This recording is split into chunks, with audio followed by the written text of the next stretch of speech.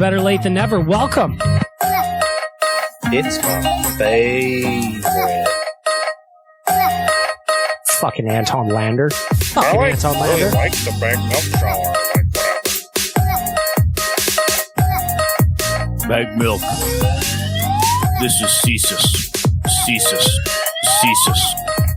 Wait a minute! Cesus. Who are you?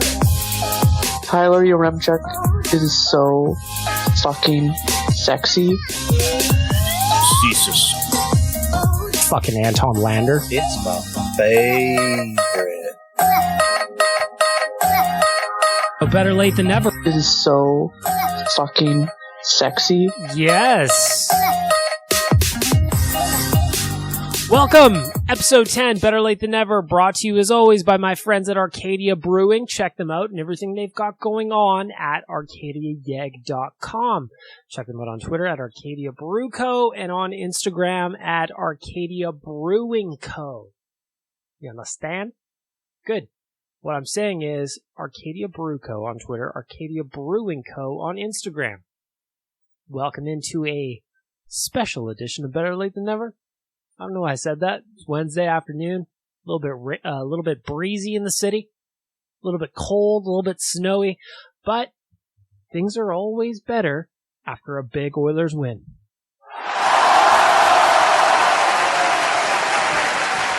All right, too much of an innovation. Got to give them love. This week was a big one for the Edmonton Oilers. They had 3 games. The first one was up against Philly. We got Chicago coming up tomorrow, which is Thursday, and then they've got the Habs on Saturday. 3 teams, 3 horrible teams, I should add, and 3 opportunities to get big, big points. Yeah! Lil John's excited. I'm excited because they started it off with a win. Big shutout win over the Philadelphia Flyers last night. It was 3-0. Mikko Koskinen stood on his head, and that's how we will start the news.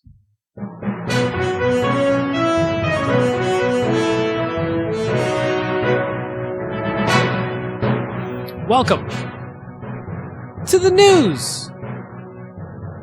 By the way, in case you're wondering why I've got segment music for each segment, it's because it takes me time to get from board to board on my soundboard. So basically what I'm doing here is I'm buying myself time by playing some theme song music for the news. Right? That makes sense, right? Of course. So starting off the news, I gotta start with Mikko Koskinen. Over his last 8 starts, listen to this, okay? .934 save percentage, .225 goals against average. He is rock solid. Rock solid. He's got a shutout in there. That was yesterday against Philly. On Saturday, he absolutely goalied the Florida Panthers. Got the Oilers a win they shouldn't have had. That's 2 points in the bank that there was no way they should have had because, man, that ended up being super important because on Wednesday against Tampa, Mike Smith was the complete opposite. That was a game when the players played well enough to get a victory, but the goaltender did not. I talked about that last week before the Wanye interview. As for Mikko Koskinen, well, our guy's playing really well. Playing really, really well. And after yesterday's game against Philly, he got his first ever shutout, and this is what he had to say about it. Yeah, it's everything. It's about winning. You either win or lose the game, and 2 points or 0 points. So I think it's pretty clear. I'm a team player. I don't care about the stats anymore. I'm too old anyway. So I'm here to win the games and hope for something bigger. I'm too old anyway. Shout out to you, Nico. How old a guy are you anyway? I'm going to Google that. Let me vamp here a little bit. You are 33 years old, my friend. You just turned 33 in July. You are a spring chicken. Come on. What's interesting, though, is that Nico kind of quieted down the goalie conversation just a little bit. Just a touch. Because he's carrying the mail. Again, in his last 8 starts, there was a relief appearance in there against Minnesota. Did not go well. But in his last 8 starts, .934 and a .225. If they can get goaltending like that from Mikko Koskinen down the stretch, the Oilers are going to be fine. The question, of course, is how long that will actually last for. Back to Mikko. Jay Woodcroft spoke about how well he's playing after that win against the Flyers. Mikko's been playing very well for a long period of time here. It's not just over the last few weeks. Before the break, he had put up some good numbers, and through no fault of his own, he ended up on COVID protocols. But he worked his way back into game shape, and in the 3 games that I've seen him play here, he's been excellent, and I do think he inspires confidence in the team. And he's been a big factor in those 3 wins that I've seen him personally. He certainly has been a big factor, Jay Woodcroft, and I got to say, Mikko Koskinen, we've doubted you a lot over the early part of the season. And then you go on a heater like this, and it kind of brings everybody back in your favor. And for everybody, I'm just going to say I apologize. But that game against the Panthers, I mean, come on. He was sensational. He was absolutely sensational. Another guy that was sensational that we need to mention is a guy who's trying to turn himself into the answer around here, or at least some kind of version of the answer. Our boy Derek Ryan, 4 goals in his last 3 games. He became the oldest Edmonton Oiler in franchise history to register a hat trick in that win against the Florida Panthers. Got 3. Derek Ryan, when he was asked about a hat trick, this is what he had to say. Getting my first hat trick in the NHL at a ripe age of 35 feels pretty good. So yeah, this feels good. I don't know if you know this, but oldest player in Oilers history to record a hat trick. No way. Put that on the wall, eh? Put that on the wall indeed. Is Derek Ryan the answer? He might be. I don't know. You can never trust a guy whose last name could be his first. That's what I've always lived my life under. That's a rule I've always lived by. Just me? Probably just me. Good news is, even though the Oilers picked up only 2 points against Tampa, Florida, and Carolina, the teams played well. And I think that all kind of culminated in a shutout win yesterday against the Flyers, where again they played well. The Flyers also played well, but Mikko stood on his head. The defense came through when they needed to be. Duncan Keith came back, he was quietly solid. All in all, pretty good. But what did the coach have to say? I've always got time for Jay Woodcroft. We scored goals in different fashions. Obviously, the power play came up big at the end of the first period after we had a great 5-on-3 penalty kill. Found a way to score a real May, June type goal at the end of the second. That was the garbage goal by Yamamoto, by the way. Sorry for cutting you off there, Mr. Woodcroft. But I've been talking about greasy goals and dirty goals and driving to the crease and trying to get some shit done and cause mayhem. And that was the kind of goal that was. So I just want to say, shout out to you, Kaylor Yamamoto, because that is the kind of goal that I've been asking for all season long, and you gave me one. Mr. Woodcroft, back to you. Period there that I think bodes well for us as we move forward. And then I thought we played a really mature third period. I thought we did some things very well tonight. There are some areas that we got to continue to clean up, but there's a lot to like and a lot to build on. See, and I agree, there really is a lot to build on because under Jay Woodcroft, listen to this. If you're listening, I'm going to teach you a little something. The Oilers are 7-3 under Jay Woodcroft. 7 wins, 3 losses. They have increased their goals for per game. It is 3.60 under Jay Woodcroft, while they're only giving up 2.50. Goodness gracious, learn how to speak. But they're giving up less, right? The team also has 2 shutouts under Jay Woodcroft's watch, while they had 0 to start the season. Now, of course, that's up for the goalies to stand on their heads and do their part, but that's what happened. Stuart Skinner picked up 1 against San Jose. That was his first career shutout. Mikko, shutout against the Flyers. That was his first in 2 years. That is his first in 2 years. So things are looking up. I agree with Jay Woodcroft. I'd love to know what you guys think. Hit me up, JSBM Bagmilk on Twitter. Hi, my name is Bagmilk on Instagram. Do you think this team looks different under Jay Woodcroft than they did before? Because I'm telling you they do. Just listen. If you don't have an opinion, just listen to mine. Everyone is entitled to my opinion. Everybody. And for that, I say thank you. Alright. I'm going to move along here. Another thing that has not changed, though, it seems, with the Edmonton Oilers. A little bit of news made the rounds around Twitter this week after Brendan Perlini found out he was being placed on waivers from his mom after she saw it on Twitter. Boo! I know that there's times where these kinds of things slip through the cracks. Waivers, there's probably a bunch of people got their fingerprints on it on any given day when something happens and somebody hits the waiver wire. But what I would suggest is we all got cell phones, right? Before the social media team has a chance to post it on Twitter, certainly, somebody can tell Brendan Perlini, right? Fire him a text. Maybe he uses WhatsApp. Open that baby. Is he an Android guy? I don't know. It's the only reason to use WhatsApp. All I'm saying is just be better, Oilers. Let your players know. A little communication. Next thing I want to touch on is I wouldn't expect a goalie trade if I was you. As I mentioned off the top, we were less than 3 weeks away from the trade deadline. But should we expect a goalie? I don't think so. Daniel Nugent-Bowman over at The Athletic sat down for an interview with Ken Holland, and when asked about the goaltending, he said, in Koski's last 7 starts, not in relief against Minnesota, I think he's over a .920 save percentage. He's around 2.5 goals against average or just a hair under. Koski's played well at Koski's played at a very high level over his last 7 games. With Smitty, he missed basically the first half of the year. Then he came back and missed 3 or 4 weeks with thumb injury. Smitty played really good in Carolina.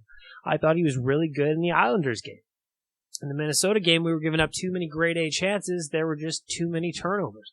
It was sort of designed that they would play 55%, 45% of the games. But from a depth standpoint, Stu Skinner's got a couple of looks, got his feet wet. He's having a tremendous year in Bakersfield. He's continuing to grow.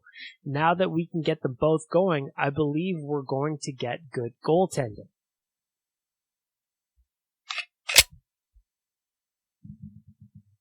I don't know about that one, Ken. I don't know about that one. Again, Mikko Koskinen, he's doing his part. His last 8 starts, as I mentioned earlier, and I'll say it again, .934 save percentage, .225 goals against. Rock solid. Rock solid. But what I have concerns about is whether or not Mike Smith can handle his end of the bargain, because he just hasn't really shown it all that much. Yes, he played well against Carolina, but I also don't think that I forgot that 3rd goal, the one that ultimately was disallowed for being offside. That goal was ugly.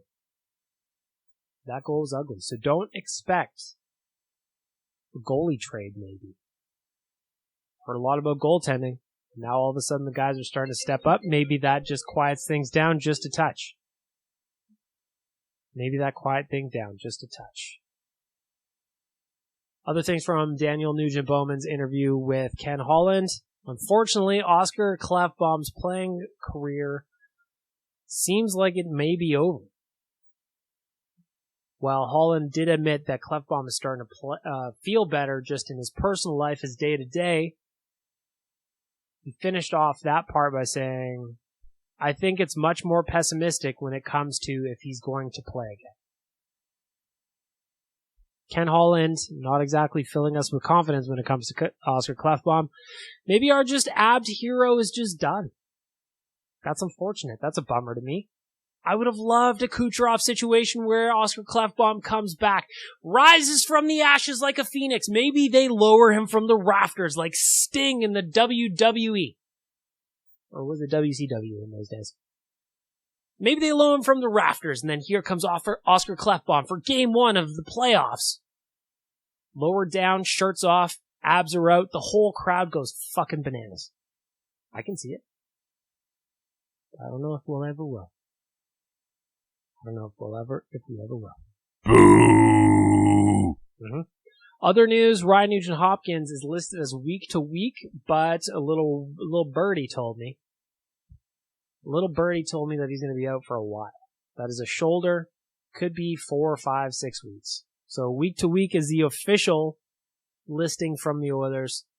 Unfortunately, that does not look like it's going to be a short-term thing for Ryan Nugent-Hopkins, and that makes my brain go, boom! I hope that didn't make me pop the audio or I have to start over and try again. Because if that did happen, I would be very, very upset. Right? Okay, good. Good. The other thing I want to mention is, if you get older and you just notice weird shit about your life that maybe when you were younger you didn't see it coming. I have a Dyson Dustbuster. I got it through Air Miles. One of my prized possessions. I thought it died the other day. Got a little warranty work done on it. Had to get the battery replaced. It's all good. We're good. Fine folks at Dyson sorted me out. But what I would say is, I really appreciate my Dustbuster. I really do. Maybe that's just life in your 30s, you know? Maybe that's just life in your 30s. All I know for sure is that I'm turning into my dad, and I don't know how I feel about it. There you go for the news.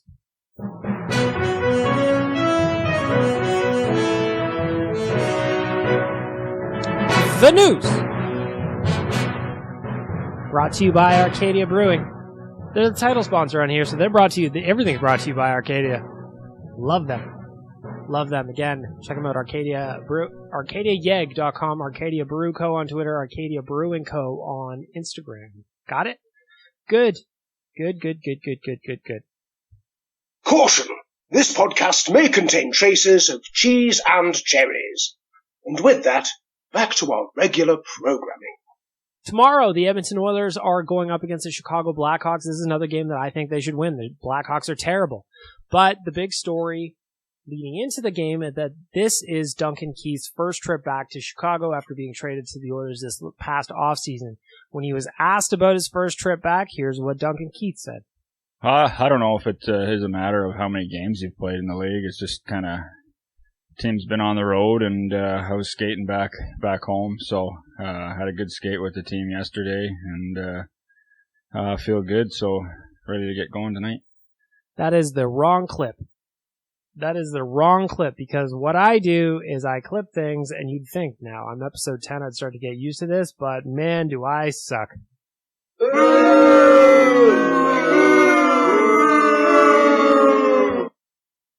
Basically, he was just saying it's trying to be another game. Just any other game. But I fucked that up, so it is what it is. It is what it is. Before we get to the Righand Distillery voicemail, I just want to leave you with this review that helps cover up my mistake. It's from BB062481. I love that username. It just flows off the tongue. BB062481. I love Bag Milk on all the other Nation Network podcasts, but I just listened to the 2+ hour of Bag Milk plus Wanye interview, and it was so inspiring and interesting to hear all of this came to be. I've loved Everything Oilers Nation for years, but now I feel even more connected than ever. Congratulations to all for all you have accomplished, and a big thank you for being such a passionate Oilers fan. And I will say thank you to you. Yeah! I just appreciate you listening. Really is at the end of the day. That's what I want to say. Now, it's everybody's favorite time of the week. It is the Righand Distillery voicemail.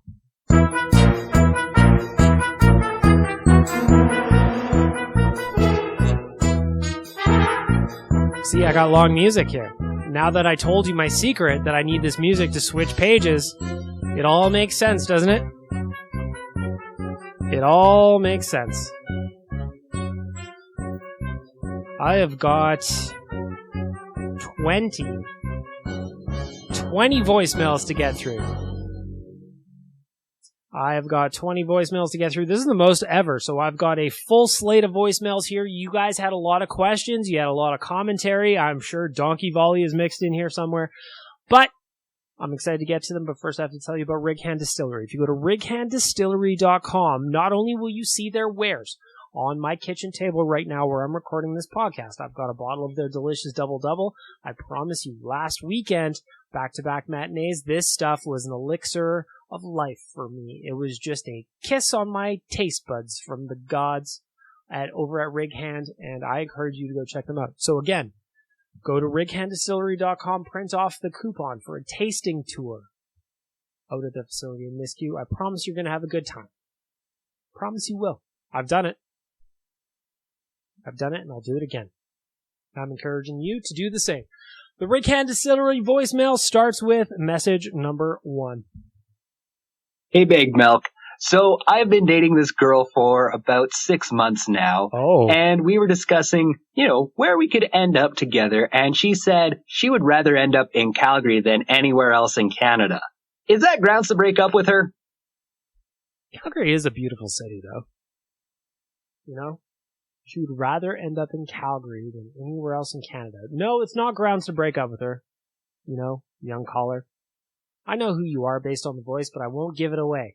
I'm going to say you do not break up with her just because she wants to move to Calgary. What I would say is you absolutely 2,000% break up with her if she wants you to become a Flames fan. Those are two very different things in my mind. Sometimes things are worthy of a compromise. Other times, not so much. Move to Calgary? Fine. It's a fine city. Like the Flames? Absolutely not. Voicemail number 2. Once again, you're listening to Better Late Than Never by Bagged Milk. I say. Oh man, the dying battery at the end. It's the best. Donkey Volley, I knew you'd be in there. I didn't know where you would be in this list, because again, I should just post a picture of what my soundboard actually looks like. All I'm looking at is the time or the date that the message came in. So that was on February 26th. You sent that in. It's March 2nd today. So we have a couple of days to get through here to get up to date. Life tip. When using a dating app, always remember to use left as well as right. Especially if they don't listen to Better Late Than Never. Oh, good tip. That'll teach them. Oh, yes. Good tip from Donkey Volley there. If you are on dating apps, if you are a single folk, unlike my first caller, who's asking for some advice about his missus going to Calgary, always swipe left if they've never heard of Better Late Than Never. Always swipe left if they've never heard of this podcast. At least that just makes good sense, at least to me. You're on an evening out. You meet a young lady. You go back to your place. She's about to slip into something more comfortable. Let your ears slip into something more comfortable with Better Late Than Never. What was that music underneath there? That was very nice. Donkey Volley, you are really coming through for this podcast. You really, really are. And I appreciate you. Clip number 4. Oh, yeah, mate, this is the Australian donkey. No idea what's going on. You need to listen to Better Late Than Never. Oh, yeah. I like how he's putting music beds underneath these now. Is that still the same person, Donkey Volley? You're just doing multiple voices? Because he told me in the DMs on Twitter that he just likes to do voices. I also like that he's adding the beds. The music underneath it just makes it nice. I told him, and I promised, that I'm going to keep some of these locked in as bumpers. I already played one before with the cheese and the cherries, and this is another one that's obviously a favorite if you listen a few episodes back. Hello, you. Oh, wow. Your ears look fantastic. It's so fucking random. I love this podcast. You guys are the best. Next message. Beef. It's a meat we can all get behind. Like Better Late Than Never. What did he say? Beef? Beef. I don't know. Beef? Beef. Beef. I don't know if I've ever heard anybody say that before. I love beef. Who doesn't like a steak? Especially here in Alberta. Come on. I'll throw that shit on the ice, though, if it calls for it. Remember 2006? I always remember. Imagine a land where your ears need something more. More excellence. More majesticity. You need to listen to Better Late Than Never. Uh-huh. You know you need it. We are 7 messages into the voicemail now, and 6 of the first 7 are Donkey Volley. I got a feeling I know what this 8th one is, but we'll see what happens. Hello, Mr. Milk. I would like you to relay a message to Mr. Donkey Balls. I challenge this fake British man to a proper English duel, perhaps a dance-off. How dare he sully the majesty that is an English accent? What does a English dance-off look like? I imagine it's just mushy peas and soccer chants or something like that, you know? Okay, go. Go. All right, next one. Bag milk, will you ever shed your bag? And by that, I mean, will you ever, like, do a face reveal? You know, like how a snake sheds its skin? You'll, like, shed your bag of milk. If that makes any sense. Like, I know what you look like, but maybe I don't. Like, maybe you've yet to shed your skin and you're, like, a reptilian. So, like, if the Oilers ever do win the Stanley Cup, is that when you'll do, like, a face reveal kind of thing? I'm just curious. Like, will you shed your bag for us? Waz, the answer is no. And I'll tell you why. If you listened to the podcast with Wanye last week, and a lot of you did, thank you very much for the support on that one. The messages that you guys sent when were awesome. But the answer is no. I have no interest in it because, one, it doesn't go with the shtick. The shtick has been maintained now for over a decade. There's no reason for me to break it. Two, I just don't want to. My favorite thing is when people recognize you, Waz.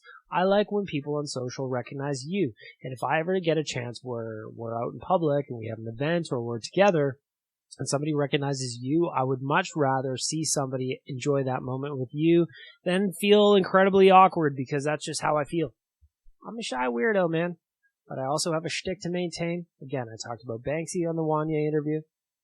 You know the art. You don't know the artist. Good? Good.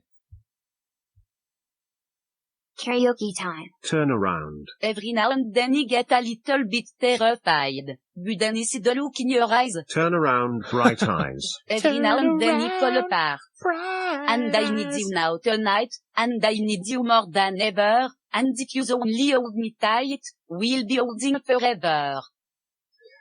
Can anybody, like, if you're around my age, there's no way you hear Total Eclipse of the Heart and don't think about old school, right? Every now and then I fall apart, and I need you now tonight. I fucking need you more than ever, right? Of course. Hey, Big Milk, it's Dan. Just touching base again. I was just scrolling through a Facebook page here recently, and they pitched a Mike Smith conspiracy theory to the rest of the group as a joke, obviously. But you know, they pitched it as such that Mike Smith is actually out here losing games on purpose, so Ken Holland gains a better sense of urgency in his movement with the team. So Mike Smith losing one of those games, he's a double agent. To Tippett's firing was all planned. Him playing bad to mediocre against the how do you say, teams as of late during that, as we say, murder's row, is all to point out to Kenny Holland that we have an issue with our goaltender. He just has the team's best interest at heart. That's all this is. Just wanted to hear your thoughts on this joke that was put out. Well, here's the thing. I could absolutely see Mike Smith as a double agent. He did play for the Flames, remember? He played for the Flames immediately before playing for the Oilers. Right now, the Calgary Flames are playing very well.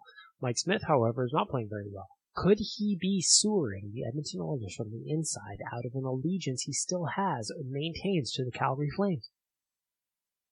Maybe. Or maybe he's just 40. You know?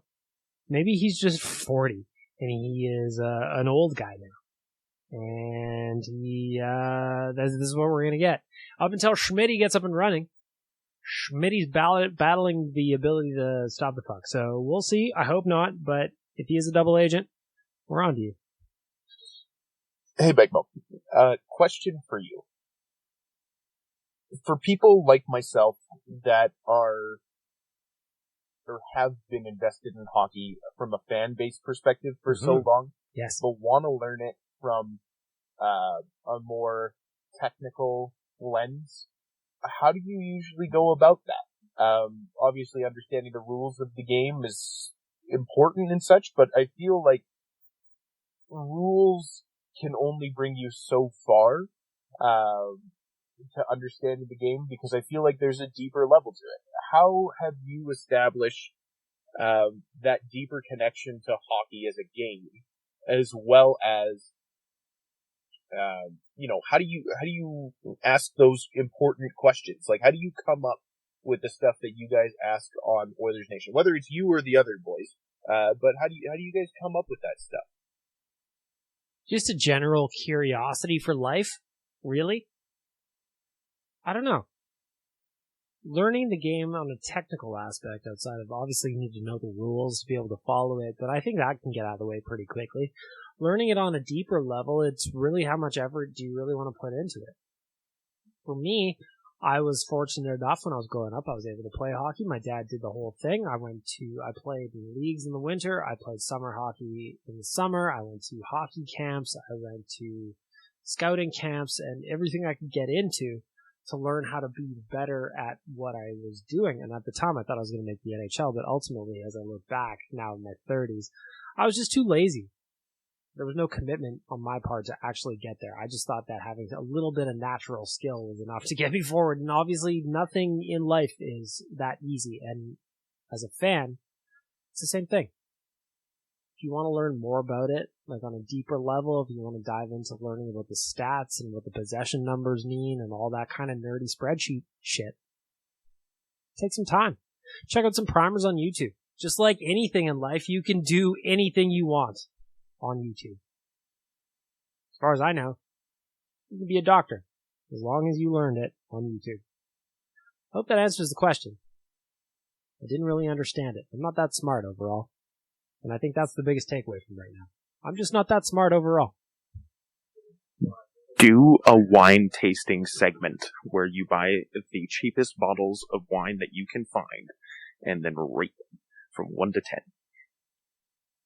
So I like this idea a lot because if you've been listening to any of the podcasts, really, real life or this one, I've been talking about wanting to get into red wine a lot more. I bought myself a wine rack. Still hasn't shown up at my house, fucking Bezos. Where's my wine rack? So I bought myself a wine rack. People are sending me some recommendations for some red wines. Me and the missus have been going out for dinner. I've been trying some different ones. I'm having a good time with it. I would absolutely do a wine tasting thing on here. But I think the play would be to get somebody who actually knows something about wine, like a sommelier. Dangerous Wade, are you listening to this? If I did a 20-minute segment with you on red wine, would you be able to help me?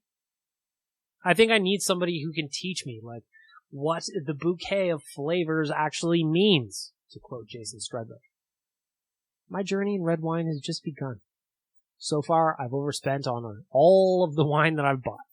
Do I regret it? No! Will I take all of your recommendations and ideas? Absolutely I will, because this is now my lifestyle. It's a red wine lifestyle. I'm just getting into it. I'm a rookie. Please be patient with me. Bag Milk, since you're a hip-hop guy, I want your opinion on grime or UK rap. Do you have an opinion on it? Do you enjoy it? I don't know. I've been listening to a couple artists recently, like Dave, AJ Tracy, Stormzy. Have you delved into the UK rap scene at all? Because I think it's been getting a lot of popularity recently. So I just kind of want to get your thoughts on it. I know it's not a hockey-related question, but I like talking music sometimes. Waz, I like you, man. You can ask me about hip-hop whenever you want. I'm a huge hip-hop guy. I love it. But to be honest, I haven't really gotten into UK hip-hop all that much. You know? When, what's that guy's name? Tiny Tempa. Remember that guy? When he had popular jams just in pop radio, I was really into those. I thought he was really talented. He was doing like some different flavors of just general pop / hip-hop music, and I thought it was fun. But to answer the question about UK hip-hop, my only real experience with it came as a result of traveling. So if you listen to any of my stuff on Real Life or dive into it here, I guess, I was lucky enough to do a lot of traveling in my early 20s. So I spent a lot of time over in Southeast Asia specifically. And in 2009, Bonkers by Dizzy Rascal was just the smash jam of all smash jams over there. It was that, and it was, what was the other one? I Got a Feeling by the Black Eyed Peas. You would close down clubs to either of those two songs, and if you went to a bar on any given night, chances are when Final Call came or Last Call came and they were shutting things down and starting to turn the lights up, they would get the last hurrah would be Bonkers by Dizzy Rascal. So my point here is that I followed Dizzy Rascal since 2009. He's got some good jams, a lot of bad ones, but that's really my only kind of experience with UK hip hop. Other than that, every now and then there's a song on TikTok that comes up that I love, that sometimes they are from the UK. Like, over the summer, there was that Body remix. You remember that one, Waz? Body remix by Tion Wayne and Russ Millions. That shit was pumping in my whip for months. And I just found it because of TikTok. So maybe sometimes scrolling helps. Other times, I think that's the only way. Like, I'm not opposed to new music. Me and Wanye talked about that. I love listening to new music, and that's the best part of it, streaming services. But as it comes to UK hip hop, that is, I've got plenty to learn. So if you got suggestions, send them my way. Send them my way, Waz. You can talk about hip hop all you like. Also, Bag Milk, I have a wine recommendation for you. Yes, this is my third voicemail, whatever. So I tried. Good company boy, Waz. Good Bag Milk Association, good Bag Milk fan. My boy, Waz. First we're talking hip-hop, now we're talking red wine. I will absolutely take this. Press play, let's go, Waz. This wine over the weekend at my cousin's. Arguably the best wine I've ever sipped on. I swear to God, it's probably the wine that Jesus drank. I don't want to get, religious or political, but I'm pretty sure it's... Anyways, it's called Elephant Island Black Currant Wine. It was fantastic. Like, I've had a couple different wines throughout my life. I know some may think I'm 16, but I'm actually 25. So I've had some wine, and easily the best wine I've had. Like I said, I'm pretty sure this is what Jesus drank. So, yeah, check it out if you can. Jesus was a fine of the vino. We all know that. It is the blood, as they say. Well, I will try your recommendation, Waz. I'm going to play that one more time. Where is the recommendation, though? Anyways, it's called Elephant Island Black Currant Wine. I'm pretty sure it's... Anyways, it's called Elephant Island Black Currant Wine. Elephant Island. I will try that, Waz. Again, if you want wine recommendations, you got to send them my way. I will take those all day. Because, again, we're creating a lifestyle. We're creating a vibe. We're creating a mood around here. Nothing sexier than a red wine mood, in my opinion. Hangovers, not so great. But the mood, flavor, sexiness. Hey, Bag Milk, with all of the stuff that's going on with Russia and Ukraine at the moment, a hot topic of discussion that I've seen on a couple of Oilers-related forums is how will the fan base respond to Russian players? I know that there's been a lot of heat going on Ovechkin as of lately for his lack thereof of comments on what's going on over in Russia. I personally don't think that the players will be received any different because we perceive them as humans here, not just as Russians per se, but I kind of was interested in your thoughts on how the Oilers fan base as a whole would react to someone like, again, Dmitry Samorukov or Ilya Konovalov, both, again, native Russian. Were you recording that voicemail in like a convenience store? I swear I heard like a ding dong at the end of it. Which convenience store are you working in? Can I get some snacks? Or Slurpees? Or a combination of snacks and Slurpees? To answer the question, I don't know. That's a really tough one. And honestly, this may sound like a weak or a cop-out, but I've been thinking the same thing. I've been wondering the same thing. How are they gonna be treated? I hope not differently. There's a difference between being a Russian and what the Russian government does. Sometimes I don't think that's blanketed. Sometimes I don't think it's fair what's going on in terms of the Russian people. But in terms of what their government is doing, it's deplorable. As for hockey, I really don't know, man. I'm just not smart enough to know. I don't know what the ripple effects are going to be about something like this. Even today, Rick Westhead at TSN broke the story that CCM Hockey is not going to use any Russian player on any global CCM communication at this point. So there's the Ovechkins, there's the Panarins, so there's ramifications for the players regardless of what their sentiments are towards what's happening in Ukraine. What I really, really think about is the people of Ukraine.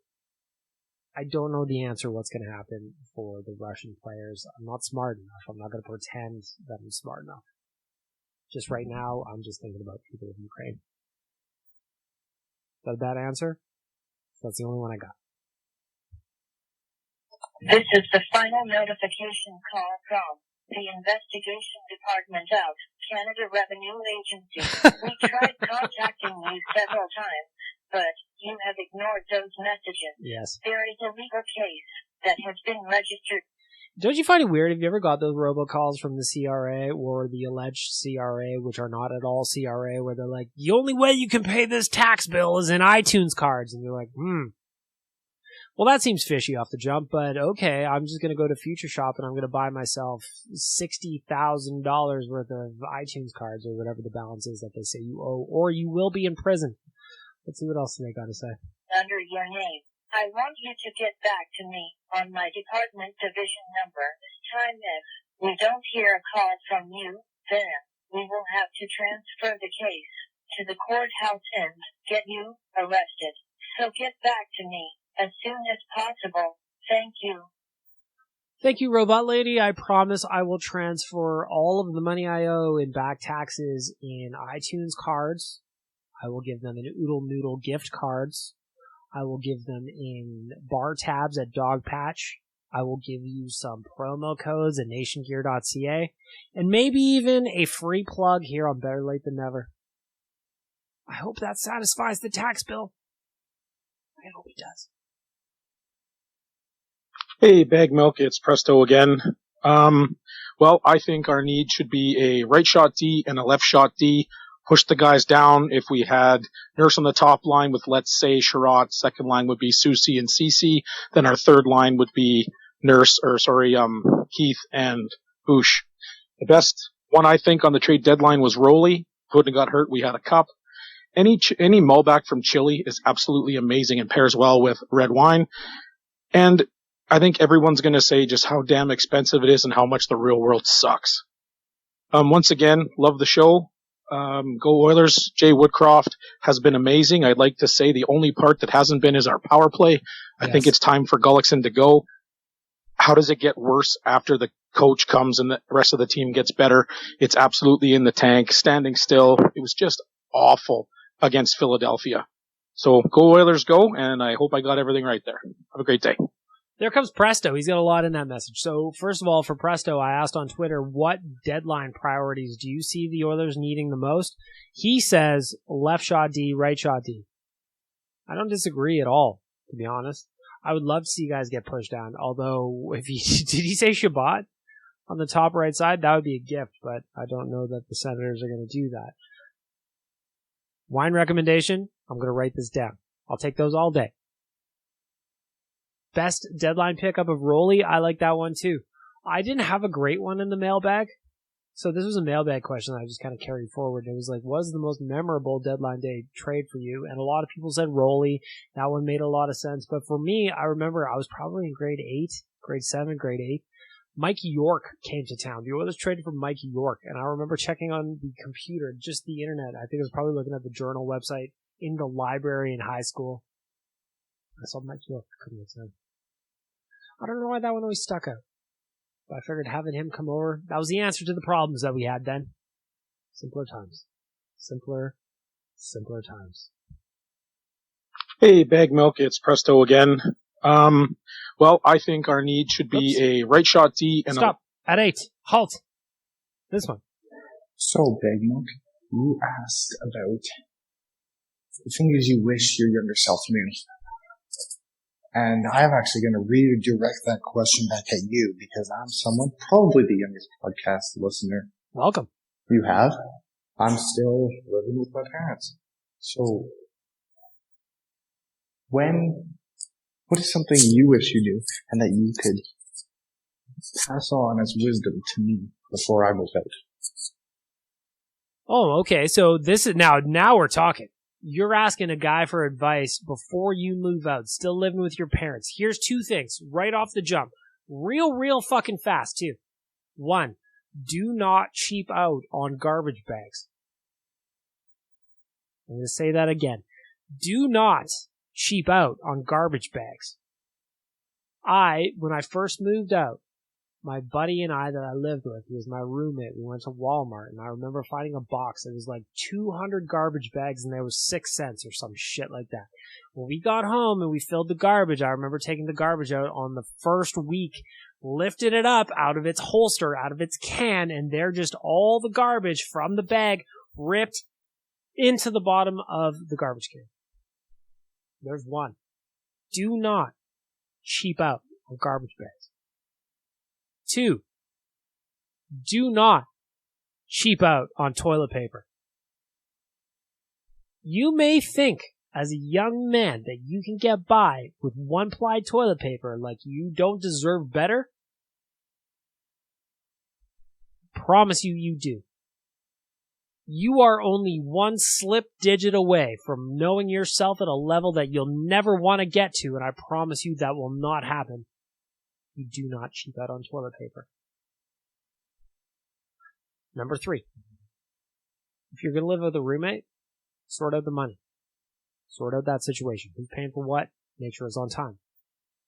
Kids your age don't care about credit, but as you get older and you're trying to get loans, that shit matters, man.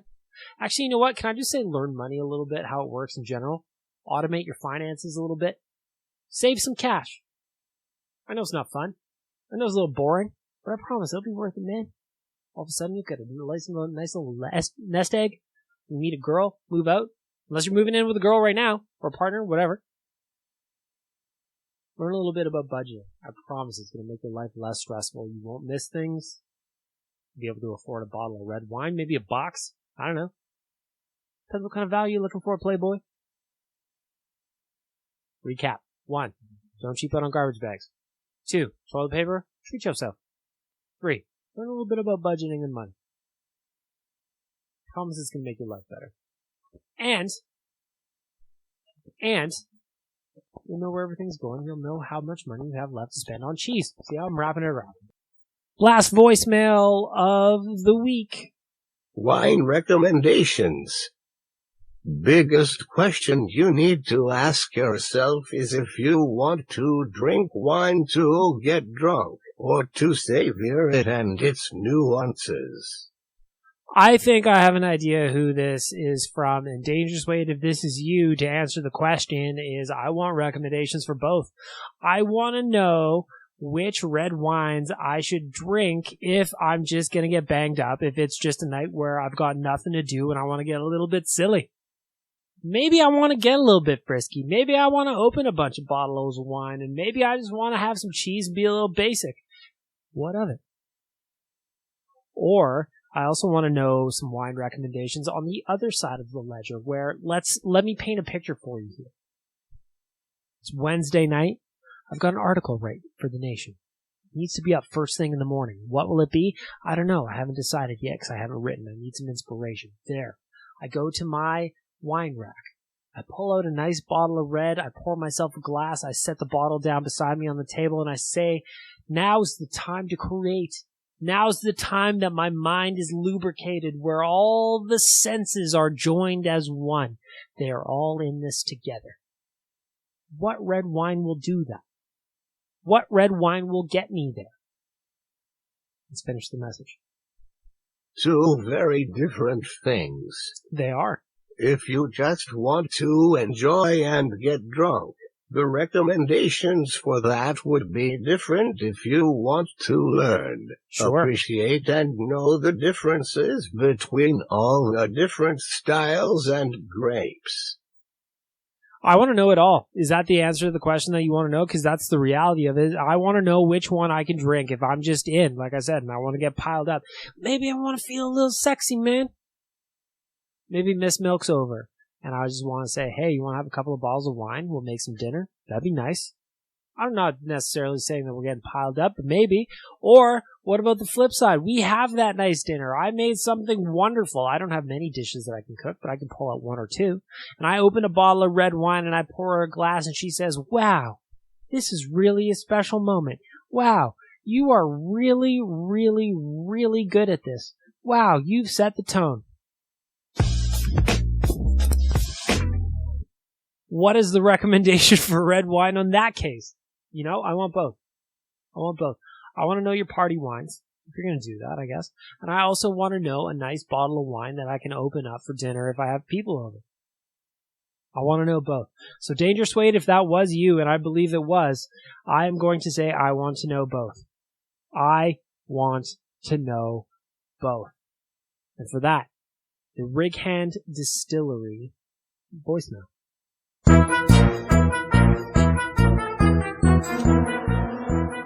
Doesn't it all make sense now that you know about the music? Why I need it? RickHandDistillery.com. Go check it out. They've got the tour and tasting coupon listed right there. I recommend that you do it. I've been to the facility, I've done the tour, and I've done many, many tastings. You do not want to miss out on this in your life. And I want to say thank you to Rig Hand Distillery for jumping on as the sponsor of the voicemail. Keep sending them in, everybody. The link is in my bio on both Twitter and Instagram. Love having the voicemails. Love having you guys check in with your thoughts, asking questions. This was a really good round of voicemails. I'm really happy with you guys. You, if I was a teacher, would get a bubblegum and a sunshine sticker. What do you think about that? Teacher Bagmilk gave me a sunshine sticker and a bubblegum. It was the best Wednesday. That's probably what you'd say to your parents. At least that's how I imagine it. That's how I imagine it. And I don't think that any of you would disagree.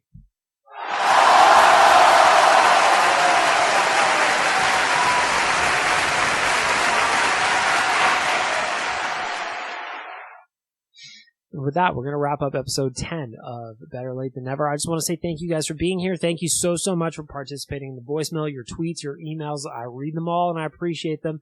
Leave some more reviews. I want to read some more reviews also next week. This thing is only working because you fine folks are participating, and I'm very, very grateful for it. I'm very, very grateful that you're listening and sharing and just talking about this podcast in general. It's bigger than I expected. And that was all because of you.